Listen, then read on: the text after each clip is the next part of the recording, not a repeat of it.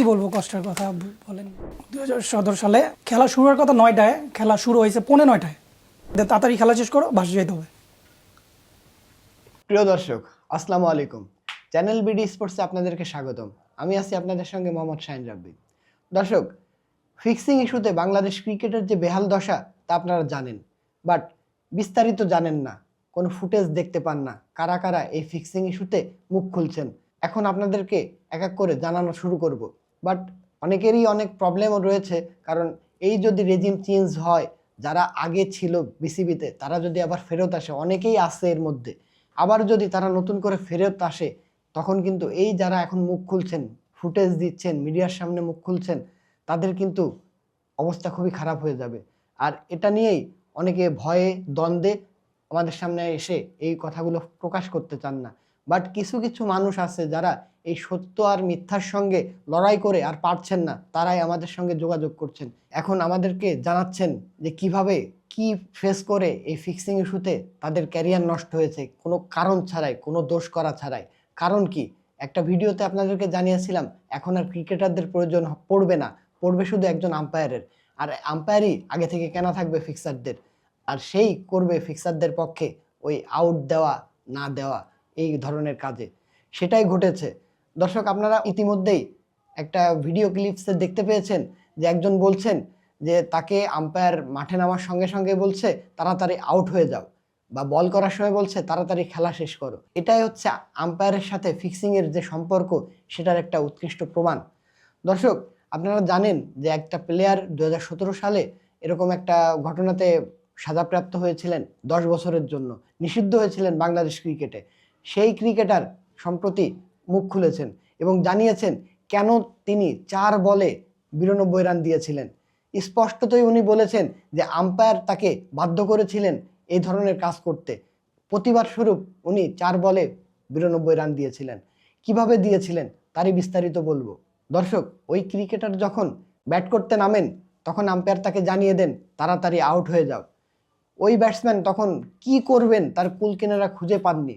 উনি ওনার ইনস্ট্যান্ট সিদ্ধান্ত নিয়েছিলেন উনি চার্জ করে খেলবেন, এবং যতক্ষণ ক্রিজে ছিলেন আম্পায়ারের কথা না শুনে উনি চার্জ করেই ক্রিকেট খেলে গিয়েছিলেন।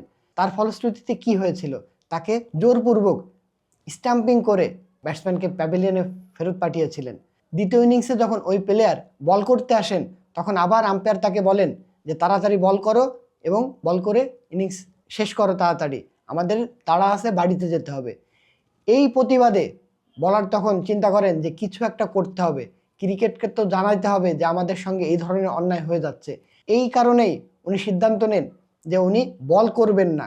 কিভাবে বল থেকে নিজেকে বিরত রাখবেন, বোলিংয়ে তো চলে এসেছেন। উনি ইনস্ট্যান্ট সিদ্ধান্ত নিয়েছিলেন যে উনি বিমার করবেন। পরপর বিমার করলে ইন্টারন্যাশনাল ক্রিকেটে বিমার যে বলারটা পরপর 2টা বিমার দিয়ে থাকেন, তাকে ওই ইনিংসে আর বল করার সুযোগ দেওয়া হয় না। এটাই ক্রিকেটের নিয়ম। বাট ওনার ক্ষেত্রে ঘটেছিল উল্টা।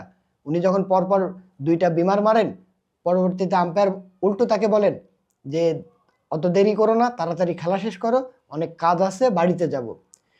বলার তখন আরও চিন্তা করলেন যে এই ধরনের ব্যাপার ঘটে যাচ্ছে, তাহলে কি করা যায়।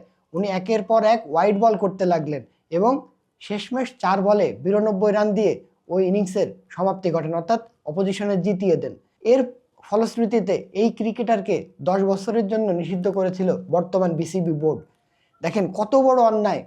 একটা দলকে জোরপূর্বক ম্যাচ ছেড়ে দিতে বলছে, দ্রুত শেষ করতে বলছে, উইকেটে গেলে বলছে তাড়াতাড়ি আউট হও, বল করতে গেলে বলছে তাড়াতাড়ি রান দাও, বেশি বেশি করে রান দাও, খেলা শেষ করো, আমার তাড়া আছে, আমি বাড়িতে যাব।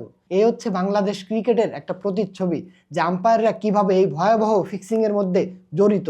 দেখেন ক্রিকেটারদের নিয়ে দর্শক প্রতিনিয়তই কথা হচ্ছে, নতুন নতুন কিচ্ছা কাহিনী বের হয়ে আসছে, বাট কেউ তো একবারের জন্য বুঝতে চেষ্টা করছেন না ওই ক্রিকেটারগুলো সারা জীবন যারা ছোটবেলা থেকে স্বপ্ন দেখেছেন মেন স্ট্রিমে ক্রিকেট খেলবেন, জাতীয় দলের প্রতিনিধিত্ব করবেন, তারা কেন এই স্বপ্ন বাদ দিয়ে এই ফিক্সিংয়ের ইস্যুতে জড়িয়ে যাচ্ছেন।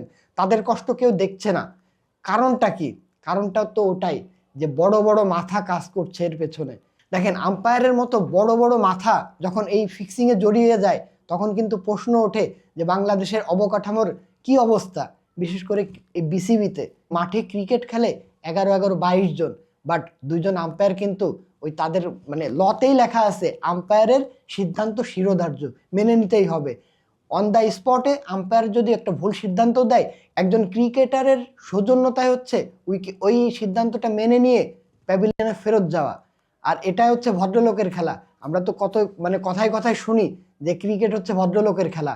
আর এই ভদ্রলোকের খেলা শুধু ক্রিকেটারদের জন্য নয়, সংশ্লিষ্ট সবার জন্য।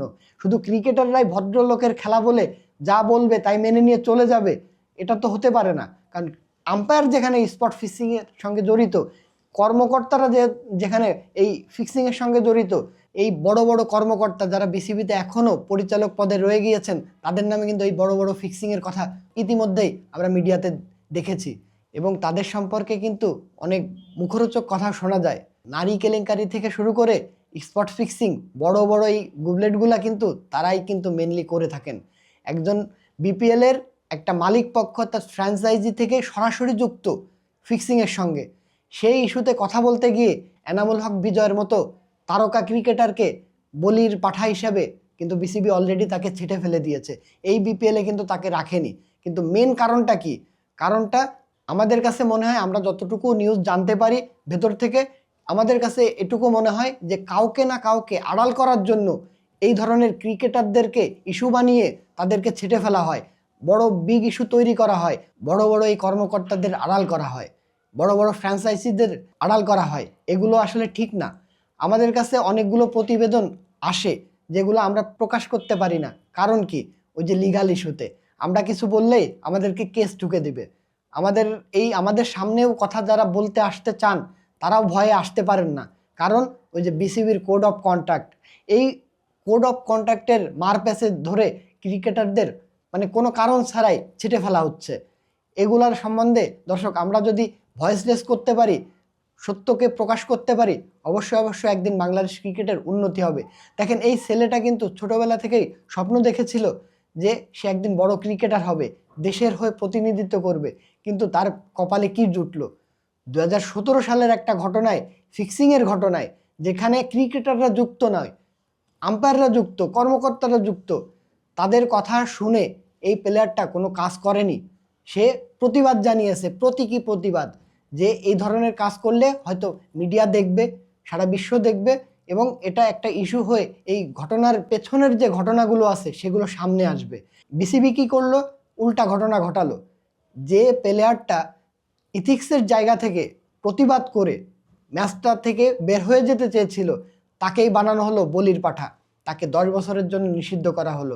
দর্শক, ইতিমধ্যে আপনাদের অনেকেই দেখে ফেলেছেন সেই ফুটেজটা। উনি একটা টকশোতে এসে, যমুনা টিভির টকশোতে এসে উনি অকপটে বলেছেন যে কি হয়েছিল তার সঙ্গে।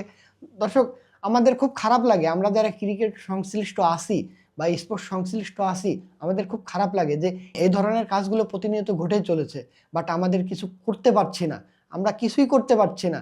আমাদের খুব লজ্জা লাগে, খারাপ লাগে। তারপরেও চেষ্টা করি আপনাদেরকে জানানোর যে এইগুলা কিন্তু এখনও ঘটে যাচ্ছে। 17 সালের ঘটনা সামনে এসেছে, বাট 2025-এ দাঁড়িয়ে অনেক নিউজ আমাদের কাছে আছে যেগুলো আমরা অথেন্টিক, বাট আমরা প্রকাশ করতে পারছি না। কারণ ওই প্লেয়ারটা ভয় পাচ্ছে, সামনে আসতে পারছেন না। আমাদের সামনে এসে যে ক্যামেরার সামনে দাঁড়িয়ে বলবে যে সত্যগুলো, যে এই তার সঙ্গে ঘটেছে, বা এই ঘটনা এই ক্লাবের সঙ্গে ঘটেছে, এবং এই কর্মকর্তাগুলো এর সঙ্গে জড়িত, বা এই আম্পায়ারগুলো জড়িত, এগুলা ভয়ে প্রকাশ করতে পারছেন না। আমাদের কাছে অনেকগুলো এরকম রিপোর্ট আছে, তারা সব মানে নিজেরাই যোগাযোগ করেছেন, বাট একটা কথাই তারা বলছেন যে উনি ক্যামেরার সামনে আসবেন না। যদি ক্যামেরার সামনে যদি তারা না আসতে পারেন, তাহলে আমরা তো এই রিপোর্টগুলো করতে পারবো না। কারণ আমাদেরও কিছু লিগাল ইস্যু আছে, আমাদেরও ওই বিসিবির কিন্তু কিছু নিয়ম ফলো করে চলতে হয়। যদি কেউ সামনে না আসে, তখন আমরা এগুলা নিয়ে আসলে কথা বলতে পারি না। বাট কিছু তো সাহসী মানুষ আছেই, এবং তারা তো প্রকাশ করছেনই। তাদেরকে ধরে ধরে প্রতিবেদন আকারে এখন থেকে প্রকাশ করব আপনাদের সামনে যে কি ঘটে চলেছে আমাদের এই বিসিবির অন্দরমহলে। বিসিবির এই কর্মকর্তাগুলো কিভাবে টাকার লোভে ক্রিকেটটাকে ধ্বংস করার পায়তারা করছেন, ক্রিকেটারদের ধ্বংস করে ফেলছেন। দর্শক, আপনারা বিপিএল অকশনের ঠিক আগের দিনই দেখেছেন, বিজয় সহ 9 জন ক্রিকেটারকে অকশন থেকে বাদ দেওয়া হলো। এটা আপনারা সবাই দেখেছেন। এই বিজয় কিন্তু ছিল এই বিপিএলের হটকেক। কারণ আপনারা সবাই জানেন যে বিজয় প্রতিনিয়ত ঘরোয়া ক্রিকেটের একজন পারফর্মার। নাইম শেখ 1,10,00,000 পেয়েছেন, উনিও পারফর্মার, কিন্তু ওনার থেকেও বড় পারফর্মার হচ্ছে এনামুল হক বিজয়, কারণ উনি ক্যাপ্টেন্সি করেন, যে দলে যান সেই দলের ক্যাপ্টেন্সি পান এবং তার পারফরমেন্সটা কিন্তু খুবই ভালো ঘরোয়া ক্রিকেটে। আপনারা পরিসংখ্যান দেখলে দেখবেন যে গত 8-10 বছরের মধ্যে ওই এনামুল হক বিজয় কিন্তু সেরা 5-এর মধ্যে সবসময় থাকেন। আর সেই হটকেককে কিন্তু এই নিলামে অংশগ্রহণ করতে দেওয়া হয়নি। কারণটা কি? কারণ ওই যে বিসিবি সংশ্লিষ্ট স্বার্থ, বিসিবির কোনো কর্মকর্তা এর সঙ্গে জড়িত, তাদেরকে আড়াল করতেই বিজয়ের মতো পারফর্মারদেরকে ছিটে ফেলা হয়, ডাইভার্ট করা হয় ইস্যুটাকে, যাতে উদর ঘরে বুদর পিণ্ডি চাপিয়ে দিয়ে বিসিবি খুব সুন্দরভাবে দেখাবে যে আমরা কত সৎ, আমরা কত কিছু করতে পারি, আমরা ইস্যু তৈরি হলে পারে তাদেরকে তদন্তের স্বার্থে বাইরে রাখতে পারি, ইস্যু আমরা এইগুলো চালিয়ে যেতে পারি। শেষমেশ কি দাঁড়ায়? ওই ক্রিকেটার ধ্বংস হয়ে যান, ক্রিকেট সংশ্লিষ্ট যে ক্লাবগুলো আছে তারা ক্ষতিগ্রস্ত হয়, কিন্তু ওই কর্মকর্তারা থেকে যান ধরাছোঁয়ার বাইরে। প্রিয় দর্শক, আগামীতে আরও অনেক অনেক নতুন বিষয় নিয়ে আলোচনা করব। আজ এ পর্যন্তই। ভালো থাকবেন, সুস্থ থাকবেন, দেখা হবে নতুন কোনো ভিডিও নিয়ে। আসসালামু আলাইকুম।